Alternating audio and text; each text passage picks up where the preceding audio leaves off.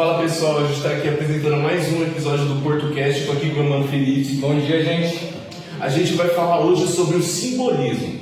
Vocês sabiam que o simbolismo ele surgiu lá no final do século XIX, sendo uma afronta aos antigos movimentos literários, porque eles estavam muito subjetivos, e o simbolismo ele buscava um maior aprofundamento da experiência humana como um todo, sabia? E o principal conceito desse movimento é justamente isso: reconhecer que a realidade visível não esgota o sentido das coisas. E para acessar esse outro plano, recorre-se a símbolos, metáforas e uma linguagem um pouco mais sugestiva. Não, e tanto que é isso que diferencia o simbolismo do naturalismo e do realismo, porque enquanto eles buscavam uma abordagem mais literal do mundo, a gente tinha aqui uma abordagem mais emocional, buscando significados ocultos e tudo mais. Então, por isso que o simbolismo, ele como uma afronta, ele busca acabar com essa abordagem mais literal, entende? E é exatamente nesse ponto que o simbolismo consolida o seu papel na literatura. Ele transforma o texto em uma experiência introspectiva e sensorial, inaugurando uma estética que valoriza o mistério, a subjetividade e aquilo que não é dito, mas que fica implícito. Isso aí. Bom dia, pessoal. Bom dia a todos. Eu sou a Eduarda. Bom dia, pessoal. Todos estão bem? Me chamo Gabriel. Nós vamos falar sobre o movimento simbolista na literatura no século XIX. O simbolismo na literatura, ele surgiu como uma tentativa de ultrapassar as descrições objetivas, focando numa escrita que tenta traduzir as sensações internas, os pensamentos ocultos e os estados espirituais por meio de imagens e sugestões. Bem, em vez de explicar, o movimento prefere insinuar. Ele usa metáforas, símbolos recorrentes, musicalidade, ambiguidade, para criar metáforas que o leitor ele começa a completar com a sua própria sensibilidade. E essa estética que o Gabriel falou, ela rompe com a lógica racional da época e coloca no centro da literatura aquilo que não pode ser visto como o sonho, o mistério, o inconsciente, a emoção, que não cabe nas definições precisas. Bem, e ao observar esse perfil geral, surge uma questão essencial. Com esse mesmo movimento se manifesta de maneiras diferentes quando nasce na Europa ou quando chega ao Brasil. Isso abre espaço para o próximo ponto. Bom dia, eu sou o Gustavo. Também sou o Gustavo, muito bom dia a todos. Beleza? E a gente vai falar um pouquinho sobre a diferença entre o simbolismo europeu e o brasileiro. Bom, começando pelas diferenças, o simbolismo europeu ele teve início lá no final do século XIX. Ele foi muito marcado pelo momento histórico da modernidade. Já o brasileiro teve início lá em 1893. Ele já foi ligado a um outro momento histórico. E esse contexto também diferencia porque na Europa o simbolismo ele surgiu a partir da espiritualidade e do pessimismo, por conta das mudanças políticas e sociais que estavam ocorrendo na época. No Brasil não foi tão diferente, devido às diversas mudanças, sendo pela abolição da escravatura ou pela proclamação da República. Então, esse contexto histórico determinou quais seriam os temas e o tom desse tipo de literatura, e a arte também. Esses temas acabaram marcando muitas diferenças entre os dois tipos. Enquanto o simbolismo europeu trabalhava muito mais com mistério, subjetividade, sonhos, sempre temas mais sombrios e melancólicos, o brasileiro já não. Ele trabalhava muito mais a parte espiritual, a fé católica, sempre com temas ligados à fé e à esperança. Sim, como os dois principais escritores desse tipo de literatura, nós temos Alfonso Guimarães e Sousa e Cruz. E estes determinaram qual seria o estilo que seria adotado a partir daí para o tão aclamado e que deveria ser mais conhecido, inclusive, simbolismo brasileiro, que inclusive é o próximo tópico que iremos abordar aqui no podcast. Bom, falando aqui um pouquinho sobre o movimento simbolista no Brasil.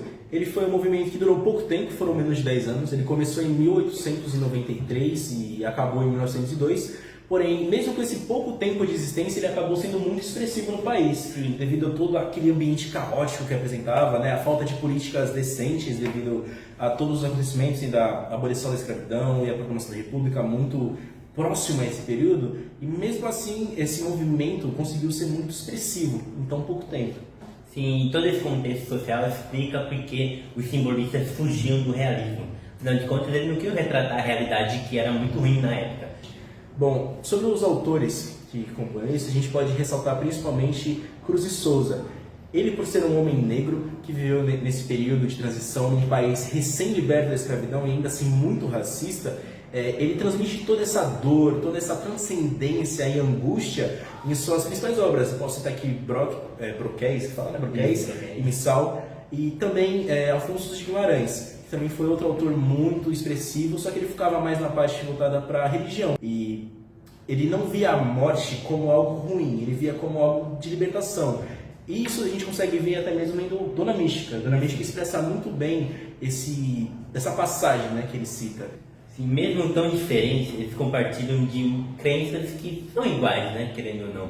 A realidade física se mistura com a espiritualidade, então eles não simplesmente negam completamente o mundo em que eles vivem, mas eles acabam focando principalmente na espiritualidade que ronda as nossas convivências da nossa vida uns com os outros. Eles acabam se aprofundando muito nisso, vão muito mais além do que o olho pode ver, vão daquilo que o coração pode sentir.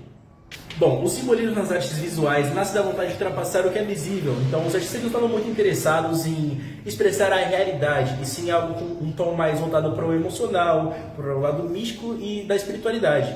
Então, esse tipo de arte, ele não é direta, ele sugere apenas. Exato. E a arte simbolista, ela não entrega o significado de bandeja.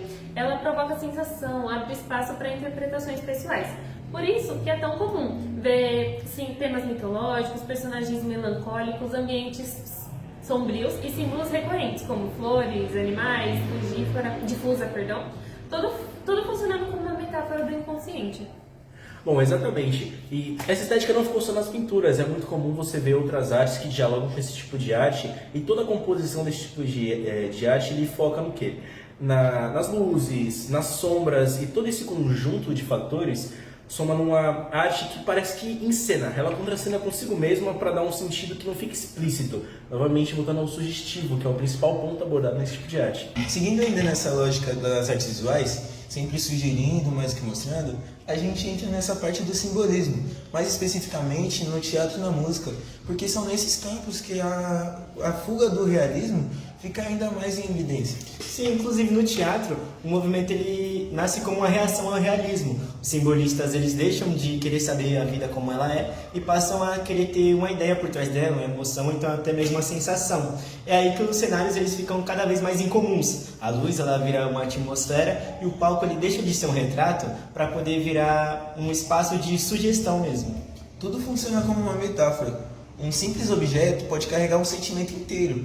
O público entra num sentimento quase de sonho, porque nada ali é literal. Tudo pede uma interpretação. Sim, inclusive também na música acontece o mesmo desvio do óbvio. Os compositores como o Debussy, eles criam sonoridades que evocam imagens e climas, como a água, a névoa ou então até mesmo a nostalgia. A música ela pode narrar e passar a envolver e provocar sensação pura nas pessoas.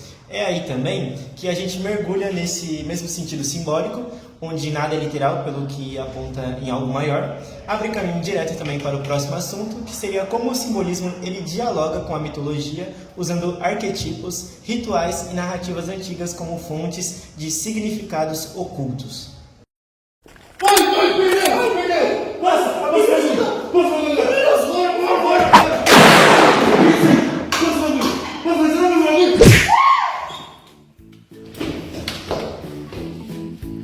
Bem pessoal, bom dia. Eu vim aqui fazer a propaganda do nosso feminino Whey Growth, que tem 900 gramas de proteína em pó e proteína e vitaminas e minerais que auxiliam no seu rostinho. E também proteínas que auxiliam na formação de músculos ósseos, para você ficar forte e poderosa igual uma diva igual a mim.